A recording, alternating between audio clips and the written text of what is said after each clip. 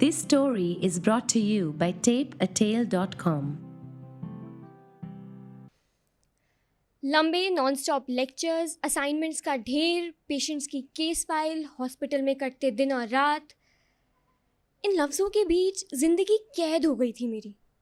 थी तो नर्सिंग जैसे नोबल प्रोफेशन में, लेकिन मेरा दिल वहाँ नहीं था। खुश थी कि एक तरह से सोसाइटी को सर्व कर रही हूँ, मगर कई बार सोचती थी खुद दुखी रहकर किसका भला कर रही हूँ। सोचती बहुत थी, इतना कि एक दिन डिप्रेशन ने कब आकर घेर लिया ये भी नहीं देख पाई। कब वो मेरी उंगली थामे हर जगह मेरे साथ जाने लगा, समझ ही नहीं पाई। याद है कि कैसे खुद को एकदम लाचार मानने लगी थी मैं। कभी इतना बोला करती थी और कैसे एकदम शांत हो गई थी मैं। जिन चीज़ों से दिल कभी ना जुड़ता था उनसे भी दूर भागने लगी थी मैं। कई रातों को तो इतना रोती थी कि रोते रोते सुबह हो जाती थी और एक लंबा दिन सामने देख मैं फिर डर जाती थी। फिर एक दोस्त ने दिखाया, एक बीमारी को साथ लिए जी रही हूँ ये समझाया।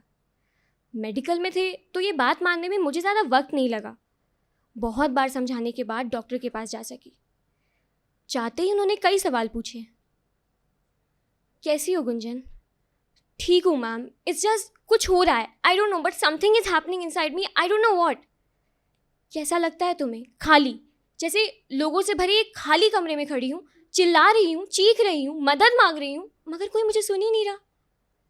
क्या चाहती हो इस वक्त? यहाँ से भागना, कहीं कहीं बहुत दूर भागना, लेकिन कहाँ ये नहीं पता।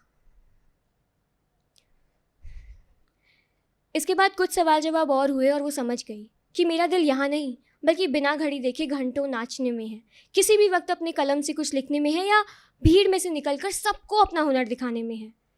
और अंत में उन्होंने कुछ एंटी डिप्रेसेंट्स और अगली मुलाकात की तारीख मेरी स्लिप पर लिख दी। तो अब मैं अपनी तकलीफ़ तो समझ गई थी, मगर उससे निकलने का रास्ता अभी भी बहुत धुंधला था।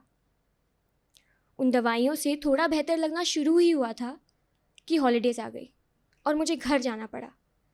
घर वालों को ये सब बताना नहीं चाहती थी, तो घर जाते ही दवाइयाँ भी छूट गई और फिर कभी शुरू नहीं हुई, क्योंकि कहीं ना कहीं ये मान लिया था कि शायद डिप्रेशन ज़िंदगी का हिस्सा है, अब कभी ना ख़त्म होने वाला किस्सा है। अब यूं ही खुद से लड़ते झगड़ते वक्त काट रही थी कि एक दिन मम्मी के साथ मूवी का प्लान बना।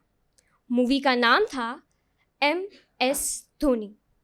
अगर आपने वो मूवी देखी है तो आप सबको एक सीन तो ज़रूर याद होगा जिसमें धोनी अकेला स्टेशन पे बैठा होता है, उसके सामने वो ट्रेन आती है और उसे लोगों की चिल्लाने की आवाज़ सुनाई देती है, धोनी धोनी धोनी धोनी।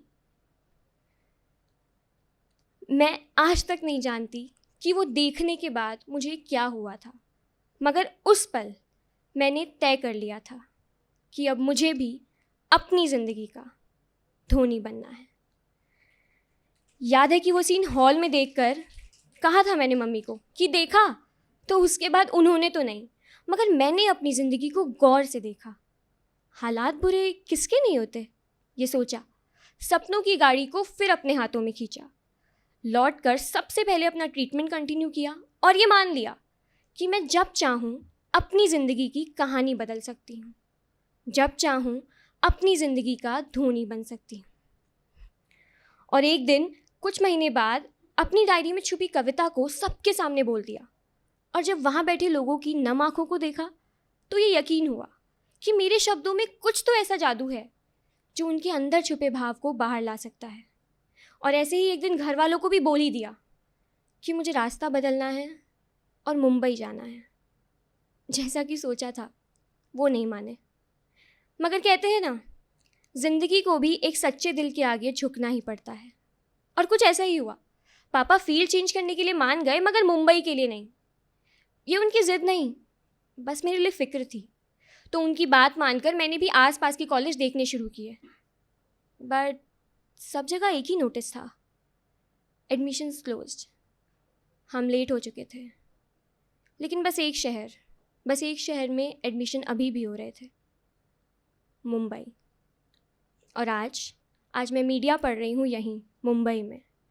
और अब हर किसी को बस यही समझाती हूँ कि तुम जब चाहो अपनी कहानी बदल सकते हो, क्योंकि ज़िंदगी उसी को मौका देती है जो खुद को देता है। हाँ, ये बहुत मुश्किल होगा, मगर तब बस यही सोचना कि जो आसानी से तराशा जाए वो हीरा कैसा, जो बिन मुश्किल हीरो बन जाए वो धोनी कैसा। Thank you.